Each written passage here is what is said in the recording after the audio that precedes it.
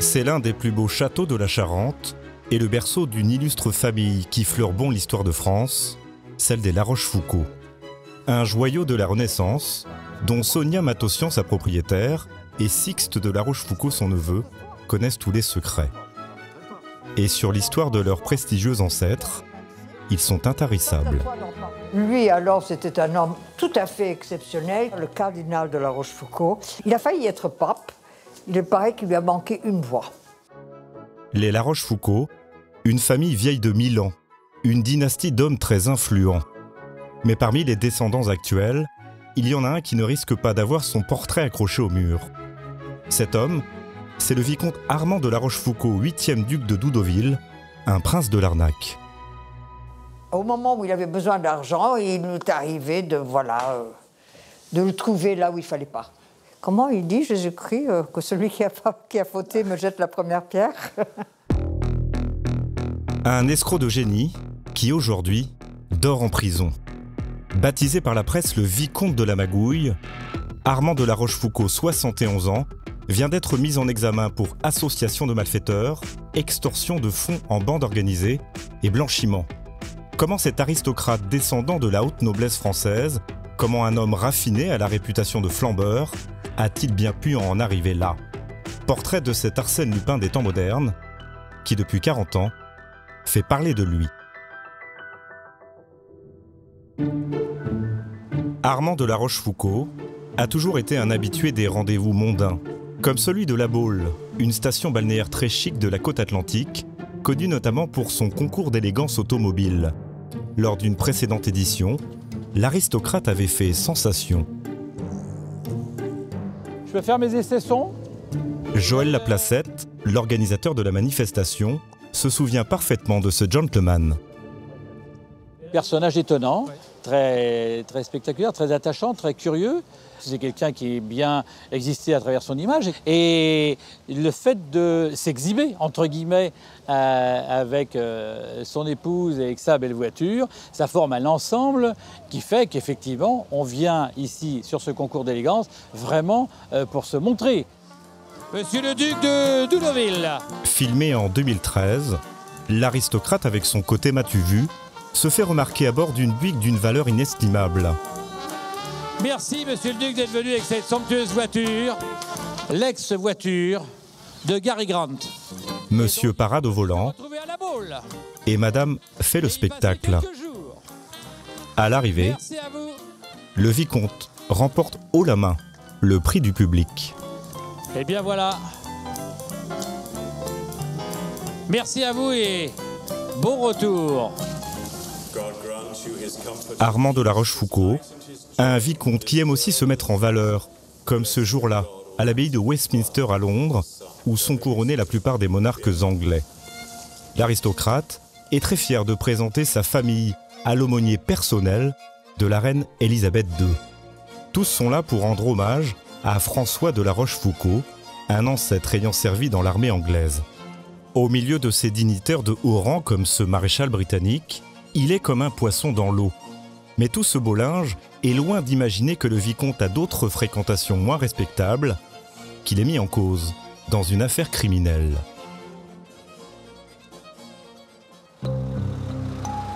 Zone industrielle de Lagny-sur-Marne, changement de décor.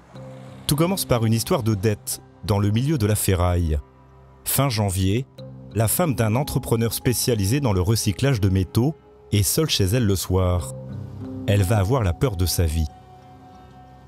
C'est ce que nous raconte son avocat, Emmanuel Daoud. On a sonné, elle a ouvert la porte et là il y a 3 individus cagoulés qui sont rentrés dans son domicile et qui l'ont malmené, lui ont enfoncé un pistolet dans la bouche, étaient à la recherche d'un coffre-fort, d'argent, de liquidités. L'épouse de l'entrepreneur prend peur et porte plainte. Les policiers lui conseillent de dire que son mari va payer. Et pour le versement, le ferrailleur va lui donner un mystérieux numéro de compte bancaire. Les enquêteurs découvrent que ce compte appartient à une société fictive créée par un certain Roland Malcolm Naylor. Surprise, derrière ce nom d'emprunt chic, se cacherait en réalité Armand de la Rochefoucauld. L'homme aurait une combine, créé de fausses sociétés pour blanchir l'argent de personnes voulant frauder le fisc. Et à chaque fois, le vicomte prendrait une commission de 10%. Les policiers en sont persuadés, le vicomte est un gros poisson. Ils ne vont pas le ménager lors de son interpellation dans sa belle propriété de l'Eure. Son épouse Anne-Caroline vit aujourd'hui cloîtrée chez elle. Bonjour madame.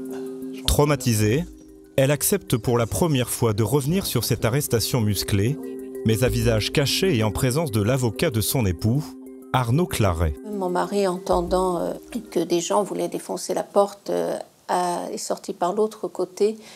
Et donc là, la police qui était présente pensait qu'il voulait s'enfuir, ce qui était faux. Ils étaient une quinzaine, armés jusqu'aux dents avec des gilets pare-balles. Des policiers à cran qui vont saisir dans sa propriété 3 voitures de luxe, 140 000 € en cash, 2 millions de faux traveler chèques et des faux passeports. Mais pour son avocat, il y a une explication. Mon client a donné les justifications, il a fait un héritage il y a 2 ou 3 ans, donc c'est assez facile à tracer. On a effectivement trouvé des faux passeports, mais alors là aussi, compte tenu du passé de mon client, ce n'est pas spécialement surprenant. Un passé sulfureux, voilà ce qui expliquerait la pêche miraculeuse des policiers. Pendant 20 ans, le vicomte a mené une vie d'escroc de haut vol sur tous les continents. Outre les faux traveler chèques qu'il écoulait dans les casinos par exemple, le vicomte a une autre spécialité, l'usurpation d'identité, ce qui lui permet d'ouvrir des dizaines de comptes bancaires. Une magouille qui lui rapporte à l'arrivée plusieurs millions de francs, une période sur laquelle il revient avec fierté au micro d'un animateur de France Inter. Et vous avez eu 70 identités différentes? Plus, peut-être 500, 600, ah oui. Ah oui, 600, comme ça. Alors comment on choisit un nom? Parce qu'il y en avait charmant, John, David, je sais plus quoi. Tout dépend. Il y avait les noms qui tombaient par hasard, parce que lors d'une recherche d'identité, je devais prendre l'identité de quelqu'un. En général, je choisissais les identités pour les initiales, pour m'y retrouver moi. Vous avez été combien de fois en prison? En tout, peut-être 8 ou 9 fois. Et en tout, combien de temps? En tout, peut-être 2 ans et demi. Ce flambeur, toujours prêt à se mettre en valeur, ne se prive pas de raconter aussi ses exploits dans la presse et pose volontiers pour les photographes. Il écrit même un livre pour évoquer sa vie romanesque de gentleman arnaqueur. Après des années d'errance, Armand de la Rochefoucauld décide de se ranger. Le vicomte se marie à l'âge de 63 ans avec Anne-Caroline. La cérémonie se déroule dans l'une des plus belles parties du château de la Rochefoucauld, en présence de Sonia et Sixte, ses cousins. C'était très beau parce que la chapelle est tellement belle. Oui. Et c'était très émouvant. Armand était très heureux de se retrouver dans le berceau de sa famille. C'est quelqu'un qui a besoin de la Rochefoucauld, si vous voulez. Sa nouvelle vie, c'est les La Rochefoucauld, parce qu'il a besoin d'être connu. Pour séduire Anne-Caroline, de 25 ans, sa cadette, le vicomte n'a pas seulement misé sur son nom à particules. Il a également joué avec son image, celle de gentleman arnaqueur.